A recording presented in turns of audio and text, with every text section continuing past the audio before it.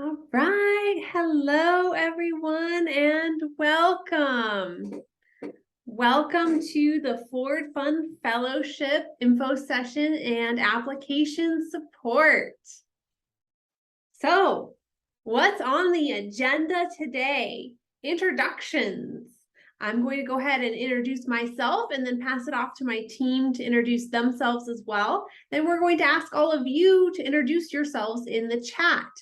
Who you are, what your name is, where you're from, what country you're from, and what area do you hope to create change in. So I'll kick it off. My name is Miranda Williamson. I am the Senior Director of Search here at Watson Institute. I've been with Watson Institute for about 2 years now. Very exciting. I started during COVID. And before that, I worked in social justice higher education. I consider myself a change maker, as all you all do. And what I do is I build pathways and access to educational programs that help impact your ability to create change in the world. So I really consider myself to do mission-driven work, and I'm here to support you all. We're here to demystify the application process and set you all up for success. Now I'm going to pass it off to my colleague, Monica. Hi, everyone. It's great that you're here. My name is Monica, and I've been with Watson Institute for 1.5 years. I'm part of the admissions team, and I'm really excited to be sharing all the information relevant to the Ford Fund program today. And I'm going to pass it along to to Sandra. Hello, everyone. Good morning. My name is Sandra, and I'm located in Guatemala City. I have been working with Watson for 7 months now, and it has been an amazing experience getting to know people like you guys and helping them get their path. So, yeah, we can go back to you, Miranda. Wonderful. Thank you. And you'll have a chance to get to know me and my colleagues a bit more through this webinar, as well as through the entire process. But we're going to go ahead and get started. We're going to launch into sharing some program info here in a moment. My colleague, who you just met, Monica, will be sharing program info.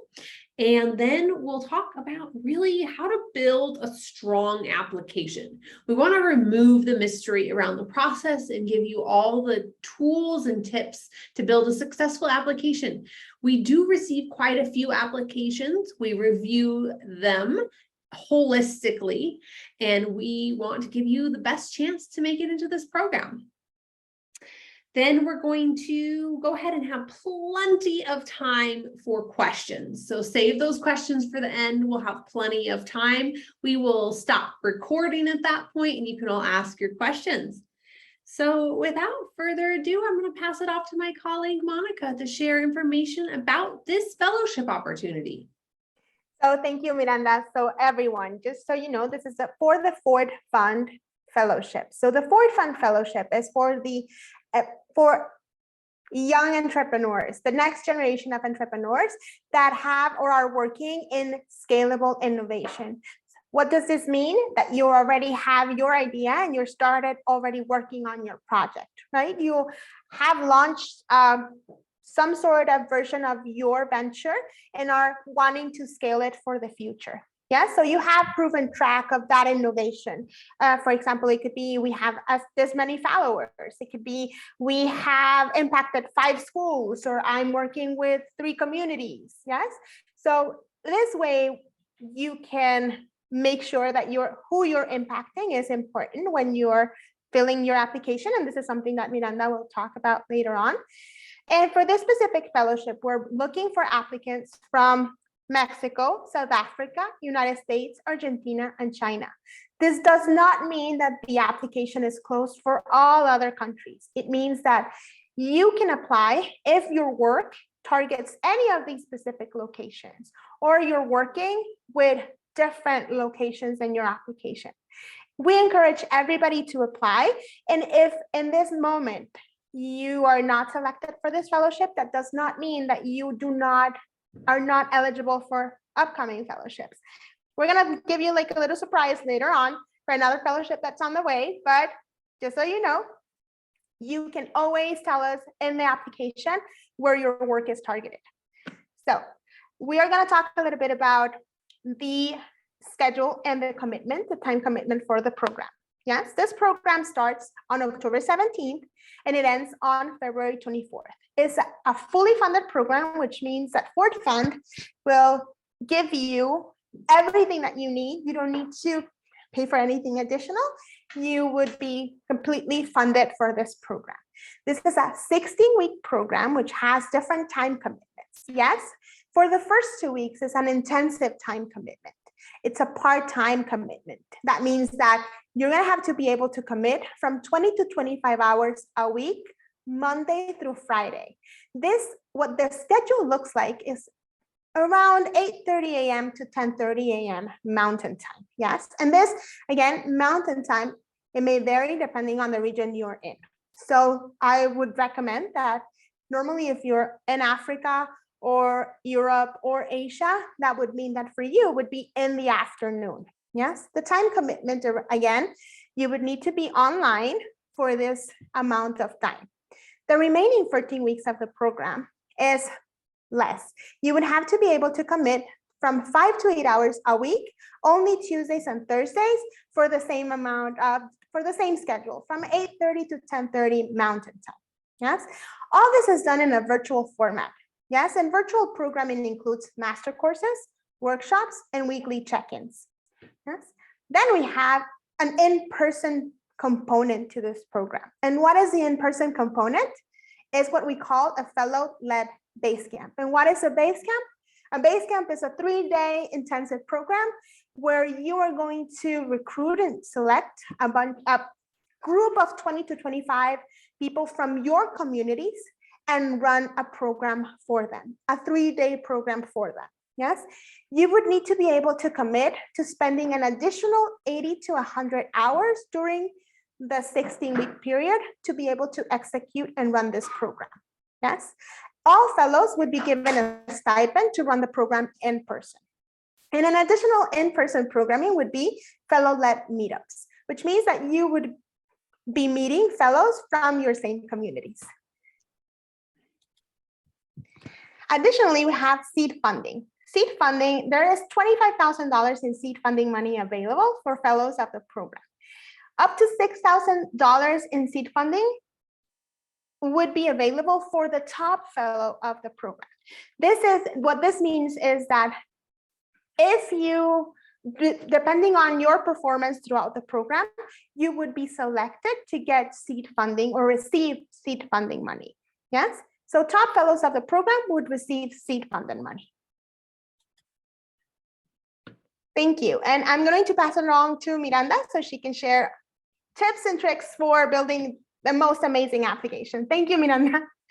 Thank you so much, Monica, for all of that information. That was really insightful. Remember, there'll be plenty of time to ask some more questions about the program and details, anything that Monica shared that you want more clarification on. Right now, my aim is going to be to share some tips and tricks on how to build a strong application. I've been in admissions positions for the past 6 years.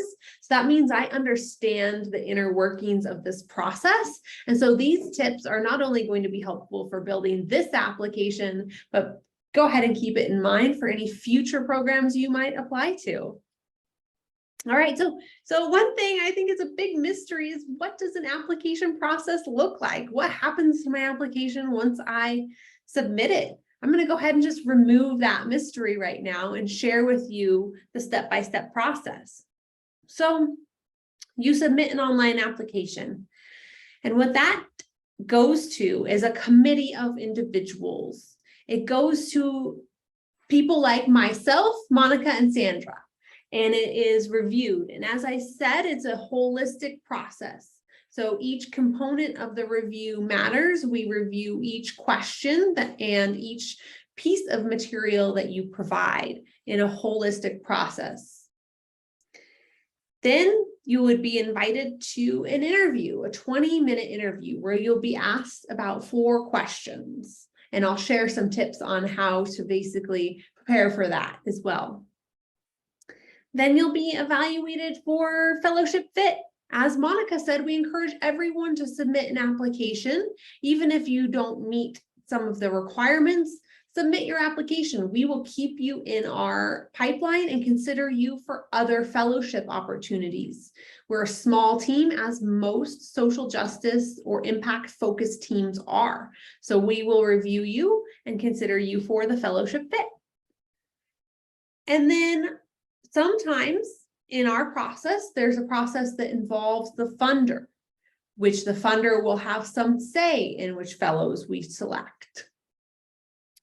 Then the fellowship award is offered and you sign an MOU, and that's your commitment. That's when you are committing to join the program, you have secured your spot and you're in. So that's what the cycle looks like here. So some pitfalls to avoid when you're completing your application. Do not answer the questions with one sentence. I believe we give you 250 to 500 words. Use the 250 minimum. If you don't have anything else to say, you can stop there. But if you can go up to the 500, great. Use that space. Don't forget that grammar is important. This program will be taught in English, so grammar is important. Do not complete your application in a language other than English. Our team is bilingual, multilingual. We have both Monica and Sandra speak Spanish very fluently. Do not complete your application in Spanish, though. Do not copy and paste your Mission United Nations website. That is considered plagiarism.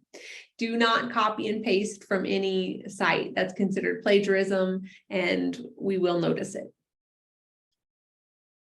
So now that you know what to avoid, what should you aim for?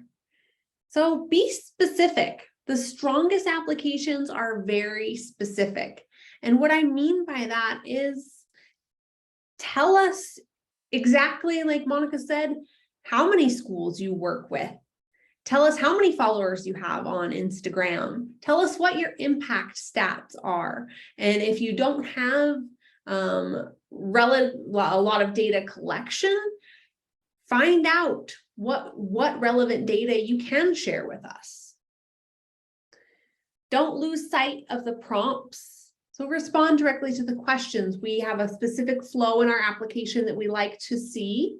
We like to see a little bit about you and what inspired you to start this venture.